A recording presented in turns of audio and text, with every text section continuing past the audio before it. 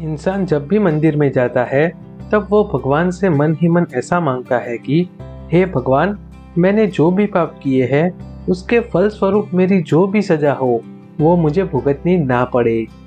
लेकिन इंसान को यह पता होना चाहिए कि भगवान कभी भी उसकी ऐसी घटिया मांग को स्वीकार नहीं करेंगे, क्योंकि विधि का विधान है कि हर इंसान को अपना कर्म भुगतना ही पड़ता है, जिसमें भगवान भी हस्तक्षेप नहीं कर सकते। यदि इंसान ने पाप एवं बुरे कर्म किए हैं तो उसे उसकी सजा अवश्य मिलेगी। पौराणिक काल में नरसिंह मेहता, जो भगवान के बड़े भक्त थे, उन्होंने अपने जीवन काल के दौरान कई कष्ट सहे। जैसे कि एक तरफ उनका बेटा मर गया, जबकि दूसरी तरफ उनकी बेटी विधवा होकर घर पे बैठ गई। थोड़े दिनों के बाद उनकी पत्नी भी मर गई। इतना ही नहीं, बल्कि नरसिंह मेहता को तो अपने समाज से भी बाहर कर दिया गया था। फिर भी उन्होंने भगवान की भक्ति नहीं छोड़ी।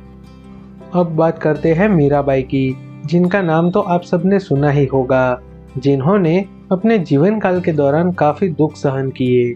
जैसे कि वो अपने पति से अलग हो गई। इतना ही नहीं, बल्कि उनके पति ने तो उन्हें जहर भी पिलाया था। फिर भी उन्होंने भगवान से ऐसा नहीं कहा कि दुनिया में सिर्फ मुझे ही इतना दुख क्यों मिल रहा है। दुनिया में ऐसे कई भक्त हुए जिन्होंने अपनी भक्ति से भगवान को प्राप्त भी कर लिया।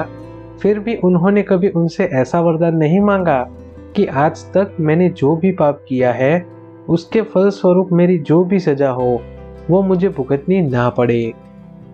एक राजा ने एक कंगाल भिखारी से कहा, तुझे जो भी चाहिए वो मुझसे मांग ले। तू जो भी मांगेगा और जितना भी मांगेगा वह सब मैं तुझे दे दूंगा। तब भिखारी ने राजा को कहा, मैं जिस कटोरे में भीख मांगता हूँ वो कटोरा टूट गया है महाराज, बस मुझे भीख मांगने का नया कटोरा दिला दो। भिखारी की यह बात सुनकर राजा बहुत दुखी हुए, क्योंकि भिखारी को ठीक से मांगना भी नहीं आया। यदि भिखारी चाहता तो वह राजा से बहुत कुछ मांग सकता था। उस भिखारी की तरह इंसान को भी भगवान से मांगना नहीं आता, इसीलिए भगवान को बहुत दुख होता है। इंसान भगवान से ज्यादातर क्या मांगता है? पैसा, नौकरी, बिजनेस में बड़ा लाभ, अच्छी और सुंदर स्त्री, बेटा, बंगला, गाड़ी और बहुत कुछ। लेकिन यह सभी मांगे उस भिखारी के कटोरे जैसी है। इंसान यह नहीं सोचता कि वो जो मांग रहा है उसमें से ज्यादातर चीजें वो मेहनत करके भी प्राप्त कर सकता है। अब आप लोग सोच रहे होंगे कि आखिर में हमें भगवान से मांगना क्या चाहिए। तो मैं आपको बता दूं कि हमें भगवान से मृत्यु के पश्चात मोक्ष मांगना चाहिए।